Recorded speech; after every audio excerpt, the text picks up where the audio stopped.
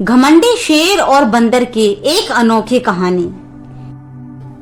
भालू भैया, आपने देखा गब्बर भैया पिछले कई दिनों से हर तरफ चाक ढाक कर रहे हैं। वो खाने की तलाश में है, लेकिन इस बार उसकी आंखों में कुछ और ही नजर आ रहा है। सिर्फ भूख नहीं, लालच भी। मुझे तो लगता है उनका लालच दिन प्रतिदिन बढ़ता जा रहा है, जिसका हमें सामना करना होगा, नहीं तो जंगल में तबाही मच जाएगी, क्योंकि वे एक लालच में पड़ चुके हैं। अब हम करें भी तो क्या करें? चीकू, मैं भी महसूस कर रहा हूँ, इस बार वह शिकार नहीं कर रहा, वह दबदबा बनना चाहता है। जंगल की सत्ता उसके मन में बैठ गई है। फिर हमें कुछ सोचना होगा। भैया, डर कर भागने से जंगल नहीं बचेगा, उसे उसकी लालच में ही फंसाना होगा। हमें तो कुछ ना कुछ करना ही होगा, नहीं तो हमारा जंगल इस कदर नीचे पहुंच जाएगा। और बगल में जो जंगल है उसका राजा शेर तो बहुत अच्छे हैं। एक हमारे राजा हैं जिसको लालच और घमंड है। अब हम करें भी तो क्या करें, हमको ही कुछ ना कुछ करना होगा। बंदर और भालू इस कदर बातें करते हैं। अब घमंडी शेर गाय की तरफ बढ़ रहा था। उसका घमंड उसकी तरफ खींचा चला आ रहा था। उसको देखकर महसूस किया जा सकता है कि वह कितना घमंडी है। गाय माता, तुम रोज अपने बच्चों को यहाँ पानी पिलाने आती हो, क्यों ना एक दिन मेरे लिए भी दूध का इंतजाम करो। वैसे भी जंगल का राजा तो मैं हूँ, मुझे ही तो तुम्हें दूध देना चाहिए, क्योंकि जिस जंगल का राजा शेर सिंह हो, उसे सभी जानवरों को उसके कदमों में ही रहना चाहिए। इतना कहकर गब्बर अपने घमंड को और ऊंचा कर रहा था। उसको नहीं पता था उसका घमंड किस कदर नीचे जाएगा। गाय माता बोलती हैं, तुम ये गलत सोच रहे हो गब्बर। जंगल में सबका हिस्सा बराबर है। राजा बनने के लिए दहाड़ नहीं, सेवा चाहिए। दूध किसी डर से नहीं, स्नेह से मिलता है। तुम बहुत ज्ञान दे दिया तुम सब ने। अब तुम सब की अकल ठिकाने पर ही लानी होगी, क्योंकि जिस जंगल में शेर सिंह की हुकूमत हो, वहाँ पे छोटे जानवरों को बोलने का अधिकार नहीं। तुझसे मैंने सिर्फ दूध ही तो मांगा था, और तूने तो अपनी औकात ही दिखा दी। चल, समय दूर नहीं है, तुझे भी तो सबक सिखाना ही होगा। तुम ये गलत सोच रहे हो शेर सिंह। तुमने मेरी औकात मुझे याद दिलाई है। तुम्हें भी इसका फल अवश्य मिलेगा। भगवान तुम्हें देख रहा है। जिस कदर आज तुम मुझे और मेरे बच्चे को गाली दी है, भगवान तुम्हें गाली देगा। तुम अपने आप को शेर समझते हो, इस जंगल का राजा समझते हो। वे तुम्हारा सिर्फ भ्रम है, भ्रम, क्योंकि तुमसे कोई भी जानवर नहीं डरता। हम तुम्हारे आगे घुटने नहीं टेकेंगे, घुटने अब तुम टेकोगे। जो तुम अपने आप को जंगल का राजा समझते हो, तुम्हें नहीं पता हमारे बगल में जो जंगल है उसमें भी शेर राजा है, लेकिन वह अपने सभी साथियों को प्रेम से रखता है। एक तुम हो जो सभी को अपनी जूती समझते हो। तुम्हारा गुरूर ही तुम्हें एक दिन ले डूबेगा। तो शेर और गाय इस कदर बातें करते हैं। गाय ने तो बहुत बड़ी बातें कर दी थी, लेकिन शेर तो था नादान, वह कुछ ना समझ सका। अपने घमंड में ही चूर था वो। ये जंगल पूरी तरह से शेर के घमंड से भर चुका था। अब तो कुछ करना ही होता। अगर हमें इस जंगल को गब्बर की लालच से बचाना है, तो उसकी सबसे बड़ी कमजोरी उसकी भूख और उसका स्वार्थ है। यही हमारे लिए सबसे बड़ा हथियार है। हम करें भी तो क्या करें? अब हम कुछ नहीं कर सकते। तुम्हारा मतलब है कि हम उसे उसी के लालच में उलझा दें। पर चीकू, वे बहुत चालाक है, हर जगह उसकी नजर है, मैं जानता हूँ। इसीलिए हमें भी चालाकी से ही खेल खेलना होगा। तुम मुझे बस एक बार ये अफवाह फैलाने में मदद करो कि जंगल के उस पुराने आम के पेड़ के नीचे कोई जादुई फल है जो खाने वाले को अमर बना देता है। वाह चीकू, अब असली खेल शुरू होगा। इस बार घमंडी शेर छोटी मुर्गी की तरफ बढ़ रहा था। मुर्गी अपने बच्चों को लेकर नदी किनारे बैठी थी। उसके बच्चे बहुत छोटे थे। पानी पिलाने के लिए वे वहाँ पर आए थे। तुझे नहीं पता मैं इस जंगल का राजा हूँ और तुम छोटे पक्षी इस मेरे जंगल में क्या कर रहे हो? अभी तुम यहाँ से चले जाओ। महाराज मैं तो बस अपने बच्चों को लेने आई हूँ। मेरे बच्चे पानी पीने के लिए आए थे। कृपया मुझे माफ करें। मैं बच्चों को पानी पिलाने के बाद यहाँ से वापस चली जाऊंगी। अगर मुझसे कोई भूल हुई हो तो बताओ। मुर्गी, मैं तुमसे कुछ नहीं छीनूंगा अगर तुम मुझे एक छोटी सी बात बता दो। क्या तुमने जंगल में किसी फल की बात सुनी है? और मुझे बता दो वे जादुई फल कौन सा है? जी सुना तो है। चीकू बंदर और हिरन भाई के चुपके से बातें कर रहे थे। कोई आम का पेड़ है, मगर मैं कुछ नहीं जानती पूरी तरह से। बस इतना ही पता है मुझको कि वे एक आम के फल के बारे में बात कर रहे थे। वे कहाँ हैं ये मुझे नहीं पता। तो उसकी चिंता बिल्कुल भी ना कर, उसको तो मैं अब ढूंढ निकालूंगा। तू अब यहाँ से जा, नहीं तो अपनी जान से भी जाएगी। शेर इस कदर मुर्गी से बातें करता। अगर ये फल सच में जादुई है तो मैं जंगल का राजा नहीं भगवान बन जाऊंगा। भगवान, कोई भी मेरा मुकाबला नहीं कर सकेगा। अब चीकू बंदर की चालाकी अब मेरी ताकत बन जाएगी और अब मुझे कोई भी भगवान बनने से नहीं रोक सकता। ये रहा वे पेड़, मुझे वे फल आखिरकार मिल ही गया। अब मैं बहुत ताकतवर बन चुका हूँ। अब मैं तो पूरे जंगल का राजा के साथ साथ भगवान भी बन चुका हूँ, क्योंकि ये फल मुझे मिल चुका है। अच्छा, अब आएगा ऊंट पहाड़ के नीचे। ये तो इसको फल का लालच देकर मैंने बहुत अच्छा काम किया है। गाय माता, मुझे डर है। चीकू जो कर रहा है वह सही तो है, मगर कहीं गब्बर का पागलपन हमारे पूरे जंगल को तबाही की ओर न ले जाए। मुझे तो बहुत चिंता हो रही है। अब हम करें भी तो क्या करें? चीकू बहुत छोटा है। भालू भाई, गब्बर की लालच अब सामान्य भूख नहीं रही, वो सत्ता का तमाशा बन चुकी है। पर क्या तुम्हें नहीं लगता ये वही समय है जब कोई साहसी कदम उठाना जरूरी समझता है? अब तो हमें ही कुछ करना होगा। हमें भी चीकू की सहायता करनी होगी, क्योंकि अकेला चीकू करेगा भी क्या करेगा। चीकू अकेला नहीं लड़ सकता। अब समय आ गया है, हमें निडर होकर सच्चाई का सामना करना होगा, नहीं तो वह अकेला रह जाएगा। नहीं भालू भाई, ये तुम क्या कह रहे हो? हम सभी उसकी सहायता करेंगे, क्योंकि ये जंगल हम सबका है, तो हम सबको भी चीकू की सहायता करनी होगी। अब मैं कोई साधारण इंसान नहीं रहा।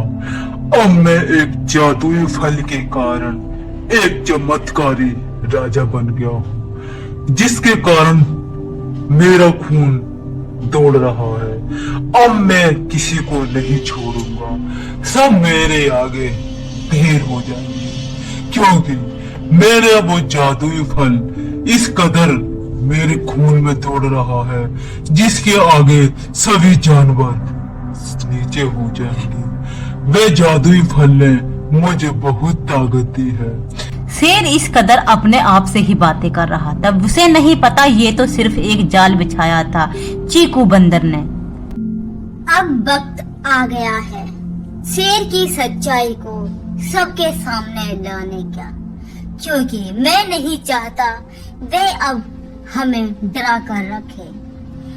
अब हमें अपनी सभा जोड़नी होगी और जंगल के सभी जानवरों को इकट्ठा करके उस शेर सिंह का घमंड चूर चूर करना होगा, क्योंकि वह अपने आप को राजा समझ रहा है, बल्कि वह राजा नहीं, उसका एक लालच है, लालच, जिसके कारण वे स्वयं को भगवान समझ रहा है। अब हमको नहीं लगता। फिर शेर की बातें कर बंदर एक सभा इकट्ठा करता है, जिसमें सभी जानवरों को इकट्ठा करता है और अपनी राह देता है कि हमें अब शेर का घमंड चूर करने का समय आ गया है। अब हमें शेर का घमंड चूर करना ही होगा। बंदर भाई, मुझे नहीं लगता शेर कभी झुकेगा। उसका तो घमंड आसमान पर है। हमने उसे लालच में फंसाया है, लेकिन उस लालच में भी वह अपनी जीत समझ रहा है, जिसके कारण हमें उसको नीचे गिराना ही होगा, नहीं तो वह हमारे पूरे जंगल को तबाह कर देगा। इस कदर सभी जानवर आपस में बातें कर रहे थे। एक एक करके सभी जानवर अपने अपने घर जा रहे थे। बंदर आता है और बोलता है, जी गाँव माता, आप सही बोल रही हो। हमको ऐसा ही करना होगा। अब तो वक्त आ चुका है शेर की सच्चाई को सामने लाने का, नहीं तो वे अपने आप को भगवान ही सोचता रहेगा, जबकि ये झूठ है, सच नहीं। सभी जानवर शाम को सलाह बनाकर इकट्ठे बैठे हुए थे। तभी जंगल का राजा शेर सिंह आता है और आकर जानवरों से बोलता है, तुम इस कदर शांत क्यों बैठे हो? तुम्हें नहीं पता मैं जंगल का राजा नहीं, भगवान हूँ। भगवान उस फल के कारण मुझ में दुगनी ताकत आ चुकी है और मैं जंगल का भगवान बन चुका हूँ। अब तुम सब मेरे कदमों में होंगे और मेरी पूजा करेंगे। मैं भगवान हूँ। तुम क्या अपने आप को भगवान समझते हो? ये तो सिर्फ हमारी साजिश थी, साजिश, जिसके कारण तुम एक लालच में फंसे हो। तुम एक लालची हो, लालची, जिसे जंगल का राजा नहीं होना चाहिए। जंगल का राजा तुम नहीं, अब से कोई और होगा। अब हमें चीकू को इस जंगल का राजा बना देना ही चाहिए, क्योंकि चीकू के कारण ही हमारे जंगल आज सुरक्षित है और आज हम सुरक्षित हैं। क्यों ना हम चीकू को इस जंगल का राजा घोषित कर दें।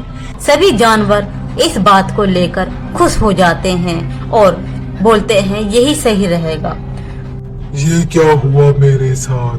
मैं कैसे धोखा खा सकता हूँ? एक छोटे से जानवर ने तो मुझे पागल ही बना दिया। अब मैं क्या करूँ? कुछ समझ नहीं आ रहा। अब तो मैं हार गया और राजा भी अब तो चीकू बन रहा है। ये तो बहुत बड़ी गलती मुझसे हो गई। मैं कैसे इन छोटे जानवरों के मुंह लग गया और मैं फंस गया। अब मैं क्या करूं? कुछ समझ नहीं आ रहा। इधर से बंदर आता हुआ बंदर बोलता है, महाराज, आप इस कदर क्यों बैठे हैं? मुझे तो लगता है तुम्हें सच्चाई का पता चल चुका है और तुम अपने आप को महाराज समझते थे ना। महाराज, आज से तुम इस जंगल के सिर्फ एक छोटे से जानवर हो, जो सभी जानवरों की तरह रहोगे। आज से तुम भगवान नहीं, सिर्फ एक छोटे जानवर हो। एक छोटे से बंदर ने एक बड़े शेर को सबक सिखाया था, जिसके कारण शेर सभी से माफी मांग लेता है। फिर सभी जानवर एक सभा बुलाते हैं और उस सभा में चीकू को जंगल का राजा बना दिया जाता है और शेर भी अब तो शांत बैठा था। अब तो सभी जंगल के जानवर खुश थे और खुशी से झूम रहे थे। बंदर भी अपनी मंद मुस्कान के कारण बहुत खुश था। उसकी अकल के कारण ही आज शेर का गुरूर टूटा था। और ये थी दोस्तों एक प्रेरणादायक हिंदी कहानी, जिसमें छोटे से जानवर ने शेर का गुरूर तोड़ दिया था।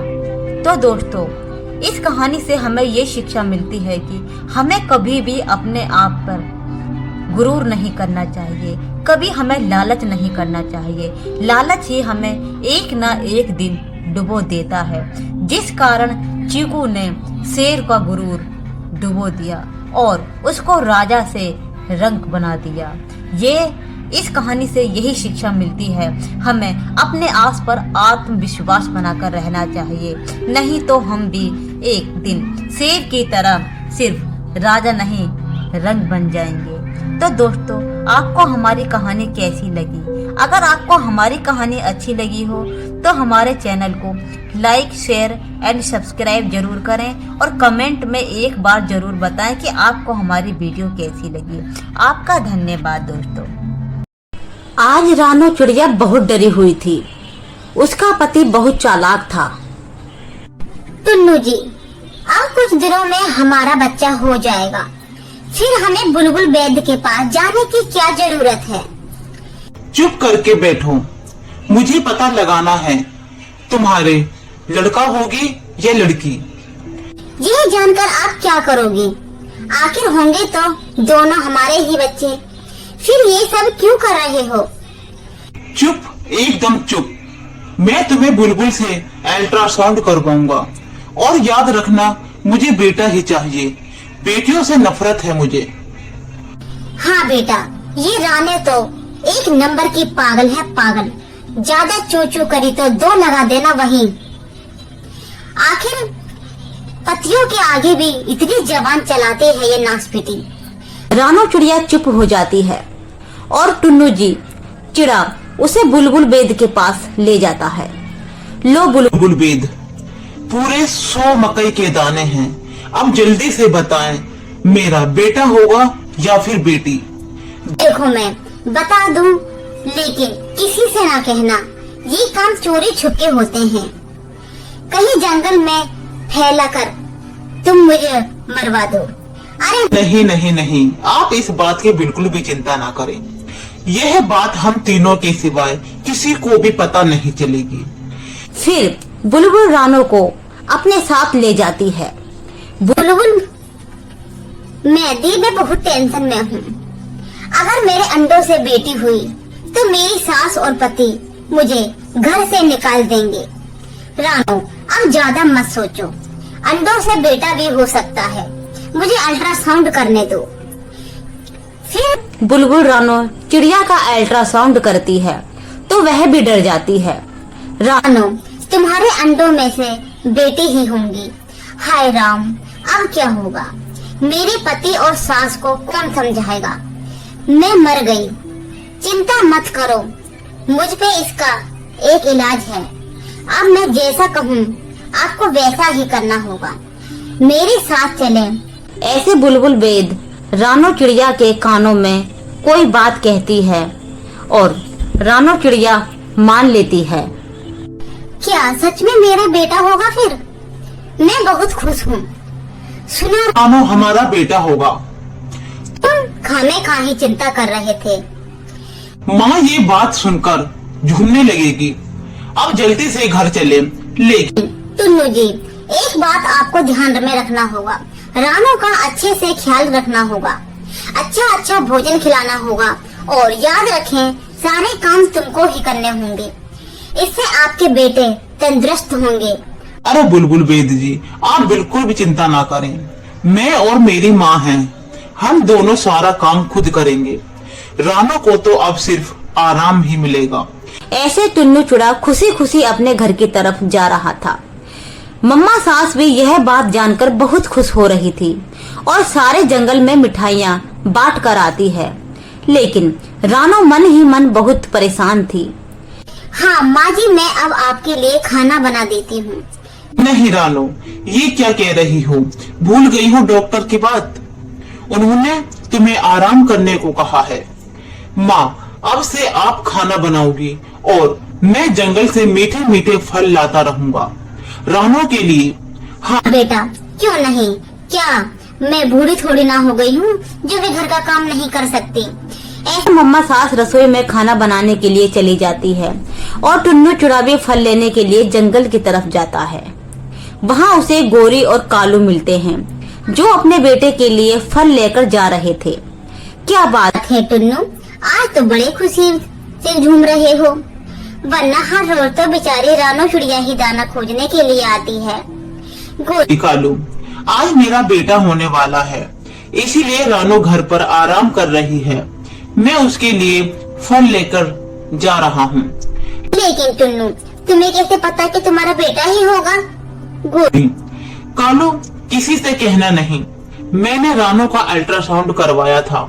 बुलबुल ने बताया कि उसे बेटे ही होंगे। तभी से मैं कहूँ, रोज बेचारे रानो ही भोजन लेने आते थे। अगर बेटी होती तो तुम्हारी शकल पर 12 बजे होते। ना जाने बेटा और बेटी को एक समान क्यों नहीं समझते लोग। बेटियां बेटों से बढ़कर होती हैं। भी अपनी बकवास बंद करो। तुम्हें तो बेटा है, तभी तो बेटी वाला लेक्चर सुना रही हो।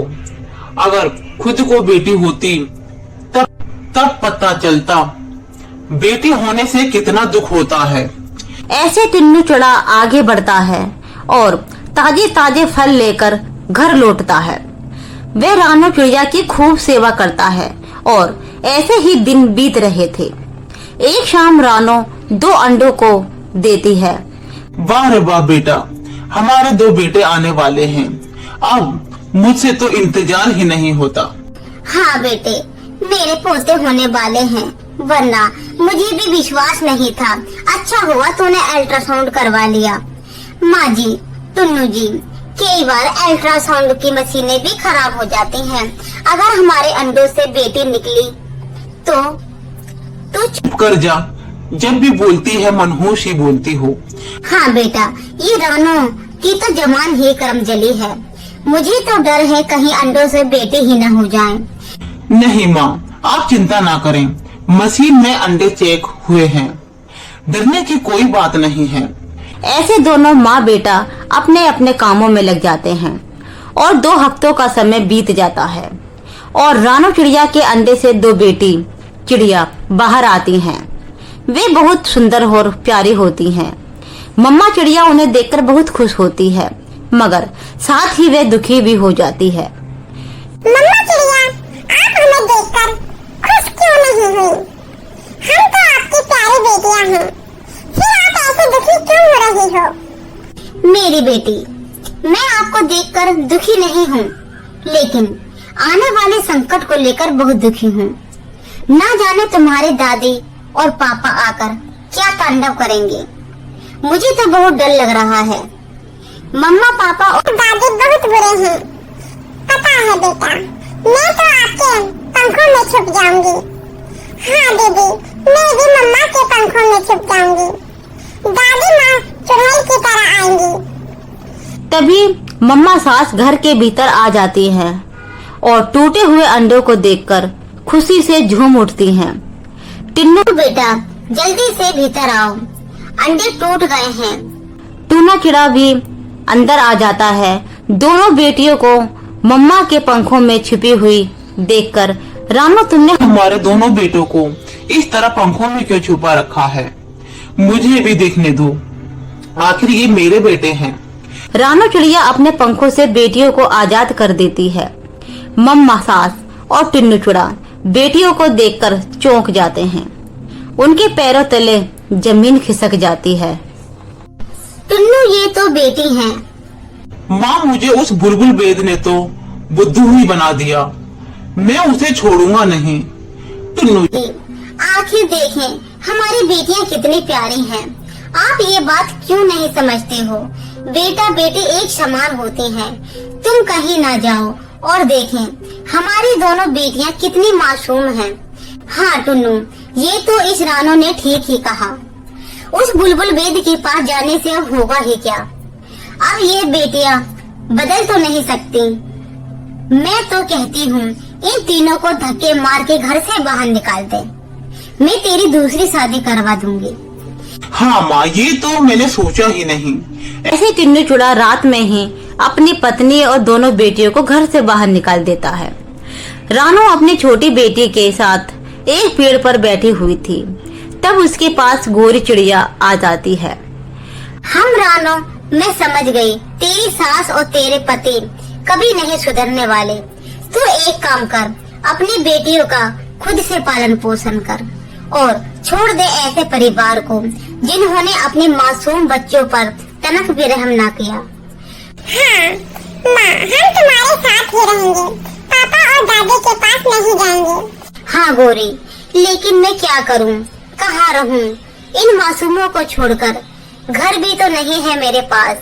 रानो, इन बच्चों को लेकर तो मेरे घर चल। फिर गोरी कभी रानो और उन दोनों बच्चों को लेकर अपने घर चली जाती है। रानू को देखकर मुनमुन के पास जाती है। वह टेंट हाउस बनाकर बेचती है। मैं जैसे तैसे रानू को एक घर दिलवा कर लाती हूँ। बेचारी के पास छत भी नहीं है रहने के लिए। उन नासपीटों ने तो इसे घर से ही निकाल दिया है। हाँ गौरी, तुम जाओ, कहना पैसे की चिंता बिल्कुल भी ना करें, थोड़े बहुत पैसे मैं दे दूंगा। ऐसे गौरी रानू को मुनमुन टेंट वाले के पास लेकर जाती है। मुनमुन कुछ ही समय बाद उसे एक टेंट घर बनाकर दे देता है। अब रानू चिड़िया टेंट घर में रहने लगती है और अपनी दोनों बेटियों को अच्छे से पालन पोषण करती है। तो प्यारे दोस्तों, ये थी रानू चिड़िया और उसकी दो बेटियों की प्रेरणादायक कहानी। इस कहानी से हमें ये शिक्षा मिलती है कि हमें बेटा और बेटी में कभी भी भेदभाव नहीं करना चाहिए। आजकल जो काम बेटे करते हैं वही बेटियां भी करती हैं। तो दोस्तों, आपको हमारी कहानी कैसी लगी? अगर आपको हमारी कहानी अच्छी लगे तो चैनल को लाइक, शेयर एंड सब्सक्राइब जरूर करें और कमेंट में जरूर बताएं। आपका धन्यवाद।